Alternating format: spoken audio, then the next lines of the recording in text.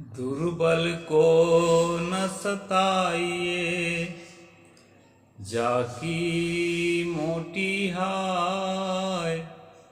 मुए खाल की सांस से लोह भस्म हो जाए। नमस्कार साथियों, मैं अविनाश दास रैशनल कबीर यूट्यूब चैनल में आप सबका हार्दिक स्वागत करता हूँ। मित्रों, मैं सतगुरु कबीर साहब की यह जो साखी है जो बोल रहा हूँ, इसका संक्षेप में अर्थ करके फिर आज का जो प्रसंग है उसको प्रस्तुत करूँगा। दोस्तों, सतगुरु ने कहा है दुर्बल को न सताइए। कोई व्यक्ति शरीर से दुर्बल है, कोई व्यक्ति धन से निर्धन है, वो भी एक उसकी दुर्बलता है।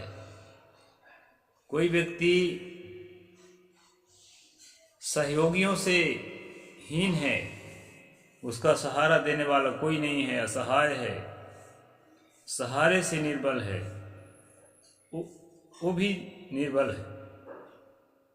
कोई व्यक्ति ज्ञान से, बुद्धि से, विद्या से निर्बल है, वो भी निर्बल है। साथियों, जो जरूरतमंद है, उस जरूरतमंद की जरूरत को समझते हुए अगर हम उसकी मदद करते हैं तभी मनुष्य होने का मतलब है। और अगर ऐसा हम नहीं करते हैं तो हमारा मनुष्य होना निरर्थक है। हम किस जाति से आते हैं, किस धर्म को मानते हैं, किस देश में रहते हैं, किस भाषा को बोलते हैं, यह महत्वपूर्ण नहीं है। महत्वपूर्ण सिर्फ इतना है कि हम मनुष्य हैं। साथियों, सतगुरु ने कहा कि कोई दुर्बल है, किसी भी एंगल से दुर्बल है, उस दुर्बल को सताइए नहीं। उसको पहले से पीड़ित है, उसको और पीड़ा मत पहुंचाओ। है बिगड़ायल और की बिगड़ो ना ही बिगाड़ो, सतगुरु कहते हैं। वो पहले से ही पीड़ित है, उसको और पीड़ित मत करो। दुर्बल को न सताइए, जाकी मोटी हाय। उसकी पीड़ा मोटी है, उसकी पहले से ही मोटी पीड़ा है, उसे और पीड़ा मत दो। साथियों, यही धर्म का रास्ता है। अगर धर्म जैसा कुछ है दुनिया में, ऐसा माना जाए, तो इसके अलावा और कोई धर्म नहीं है। सतगुरु दूसरे लाइन में कहते हैं कि मुए खाल के सांस से लोह भस्म हो जाए। पहले लोहार लोग जानवर के जो चाम है, जो खाल है, उसको जो है अंदर से साफ करके और सिलाई करके उससे हवा देते थे, लोहा पिघलाने के लिए, लोहा गर्म करने के लिए। आजकल पंखे आ गए हैं, टेक्नोलॉजी विकसित हुई है, तो पंखी के द्वारा हवा देते हैं। तो सतगुरु ने जो आंखों से देखा था उसका वर्णन किया है कि जो मरे हुए जो खाल है, पूरी तरह से मर चुका है, उस खाल के सांस लेने से, उसको दबाते हैं, फिर छोड़ते हैं, फिर दबाते हैं, उस खाल के सांस लेने से लोहा भी भस्म हो जाता है। इसलिए दुर्बल समझ करके, कमजोर समझ करके किसी को सताना नहीं, ये सतगुरु ने कहा। साथियों, अभी आपने देखा है कि हाथों में हथकड़ी, पैरों में बेड़ी बांध करके और प्लेन में बैठा करके भारतीयों को अमेरिका से बैठा करके भारत में छोड़ दिया गया। और भारत में छोड़ने के बाद भी यहाँ के सरकारों ने उनके साथ कैदियों के समान व्यवहार किया। और इस बात की मैं कड़ी निंदा करता हूँ। यह बात ठीक है कि वो अवैध तरीके से अमेरिका में रह रहे थे, लेकिन उसकी इतनी कठोर सजा देने की आवश्यकता नहीं थी। साथियों, भारत के लोग अमेरिका क्यों जाते हैं? कारण है भारत में गरीबी है। यहाँ दिन भर मेहनत करेगा आदमी, मुश्किल से 400-500 रुपये मिलते हैं, कहीं कहीं तो 250 रुपये ही मिलते हैं, मैं ऐसा भी देखा। तो दिन भर मेहनत करने के बाद 400-500 रुपये मिलते हैं। और मैंने सुना है कि अमेरिका में प्रति घंटा $20 मिलता है। $1 की कीमत 80 रुपये के आसपास है दोस्तों।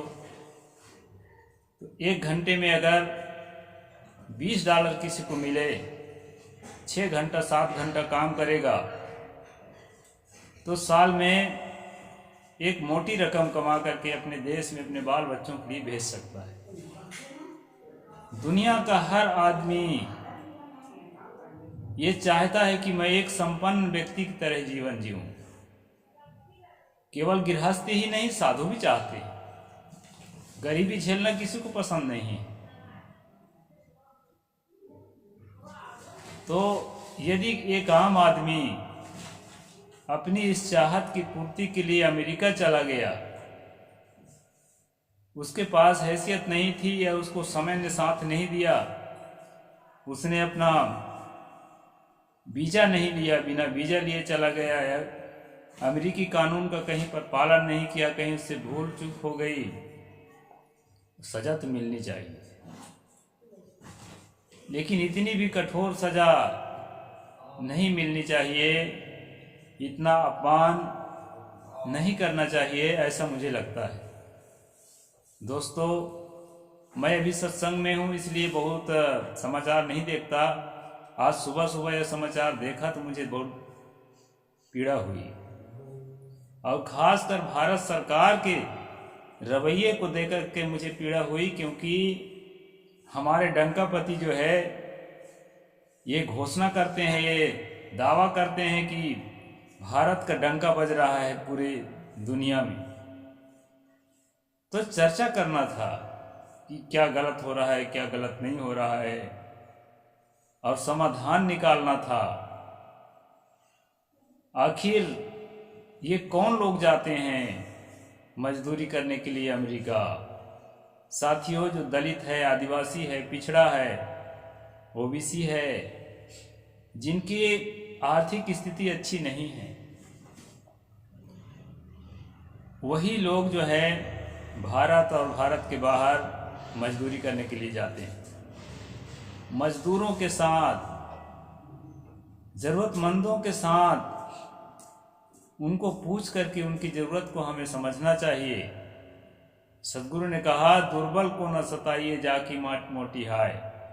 वो सताने के लिए नहीं है। यदि हम इंसानियत को समझते हैं, मानवता को समझते हैं, तो दुर्बल सताने के लिए नहीं बल्कि मदद करने के लिए।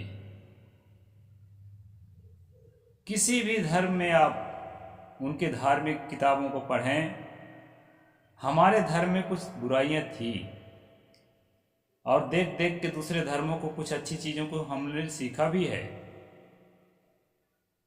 गरीबों को सताना, विकलांगों को सताना, इसको मनु ने जायज़ ठहराया था, वाल्मीकि ने जायज़ ठहराया था। तुलसी गोसाई जब रामायण लिख रहे थे तो उन्होंने भी काने खोरे कुबरे कुटिल कुचाली जान इत्यादि शब्द लिख करके ज़रूरतमंदों को, विकलांगों को अपमान करने की चीज़ समझ लिया। कुब्जा वक्रा परम पापिका, ऐसा लिखकर वाल्मीकि ने भी ऐसा काम किया है। तो इस तरह की बातों की हम निंदा करते हैं। लेकिन दोस्तों, जागृति आई, आने वाले समय में बहुत सारे चैरिटेबल जो है संगठन बनाए गए, चैरिटी होने लगी, और विकलांगों की मदद करने लगे, गरीबों की मदद करने लगे, मजदूरों की मदद करने लगे। ये अच्छी बात है। देखा देखी ही सही, ईसाइयों में तो यह सब दिन से चला आया है। उनके मांसाहार के कारण हम उनको समर्थन नहीं देते हैं, लेकिन कुछ अच्छी बातें तो है।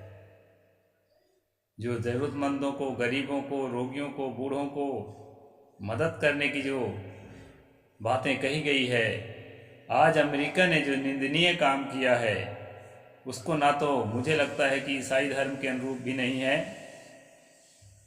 आज जो वर्तमान में कुछ सुधरे हुए हिंदू हैं उनके अनुरूप भी नहीं है, बौद्धों और जैनों के अनुरूप तो कतई नहीं है। जहाँ दया को, करुणा को, मानवीय संवेदना को धर्म समझा जाता हो, वहाँ अगर गरीब मजदूरों के साथ ऐसा हो और विश्व गुरु स्वयं को घोषित करने वाले हमारे पीएम उसको उसी रूप में देखें और बड़ी खुशी से झेल लें, यह मेरे ख्याल से तो ठीक नहीं है। ऐसा होना नहीं था, बहुत गलत हुआ है दोस्तों, इस बात की मैं कड़ी निंदा करता हूँ। मनुष्य को सम्मान की चाहत होती है, गरीब हो, अमीर हो, किसी भी जाति संप्रदाय का हो, किसी भी भाषा को बोलने वाला, किसी भी इलाके का रहने वाला मनुष्य हो, हर मनुष्य में चाहना होती है कि मैं 2 पैसे कमाऊं।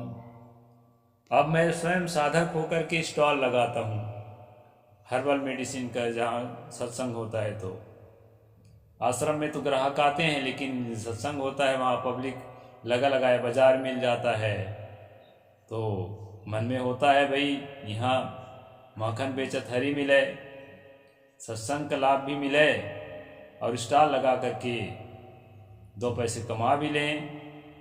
तो 2 पैसे कमाने का हर आदमी के अंदर भाव है कि मैं अपने जीवन को पहले से बेहतर बनाऊं, और ये होना चाहिए। जहां है वहीं पड़े रहें हाथ पे हाथ धर के, इस बात का मैं कभी भी समर्थन नहीं करता। हमें आज से बेहतर होने का प्रयास हमेशा करना चाहिए, आर्थिक रूप से भी, मानसिक रूप से भी, आध्यात्मिक रूप से भी, हर रूप से हम जहां हैं वहां से बेहतर होते चले। बेहतर होने में कोई बुराई नहीं है। तो साथियों, इसी अपने अंदर की भूख को लेकर के जो मजदूर अमेरिका में कमाने गए थे, उनके साथ अच्छा नहीं हुआ है। उनके साथ जो है इतना अपमानजनक जो घटना घटी है, वो घटना नहीं घटनी थी, गलत हुआ है। और ये सरकार की भी नाकामयाबी है कि इस पर उन्होंने संज्ञान नहीं लिया, हमारे भारत सरकार की। तो उस पर संज्ञान लेना था। अच्छा है वहाँ से लौटा दिया, लेकिन उसको दूसरे तरीक़े से भी लौटाया जा सकता था।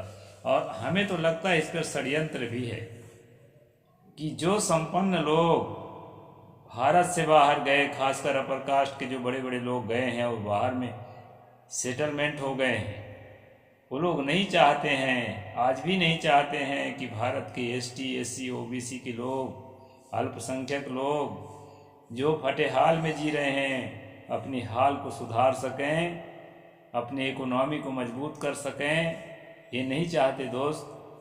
और ऐसे लोगों के द्वारा जो है उस तरह के भद्दे भद्दे कमेंट भी उन लोगों के लिए किया जा रहा है, जो कि निंदनीय है। ऐसा नहीं होना था। और जो है हमें मजदूरों का सम्मान करना चाहिए। हम स्वयं भी एक मजदूर समुदाय के हैं, तो उसकी पीड़ा को हम समझ सकते हैं। चाहे भारत के मजदूर हों, अमेरिका के, यूरोप के, कहीं के मजदूर हों, मजदूर की पीड़ा हमें समझनी चाहिए। और इस तरह से जो घटना घटती है उसकी कड़ी निंदा करना चाहिए। सदगुरु कबीर साहब ने कहा, दुर्बल को न सचाइए, जाकी मोटी हाय, मुँहे खाल के श्वास से लोह भस्म हो जाए। लोहा जो है गल जाता है, और गरीबों की आह से आप जो है तबाह हो सकते हैं। आज डेमोक्रेसी का समय है, गरीब जो है आपको अपने मत के द्वारा जवाब दे सकता है और उसके आह का जो है आपको खामियाजा भुगतना पड़ सकता है। इसलिए साथियों, हमें दयावान, संवेदनशील और करुणाशील होना चाहिए। एक साधक होने के नाते मैं यही कह सकता हूँ और यही कर सकता हूँ अपने स्तर से। तो आज मैं इतना ही बोलूँगा। साहिब बंदगी, जय जोहार, जय भीम, जय भारत।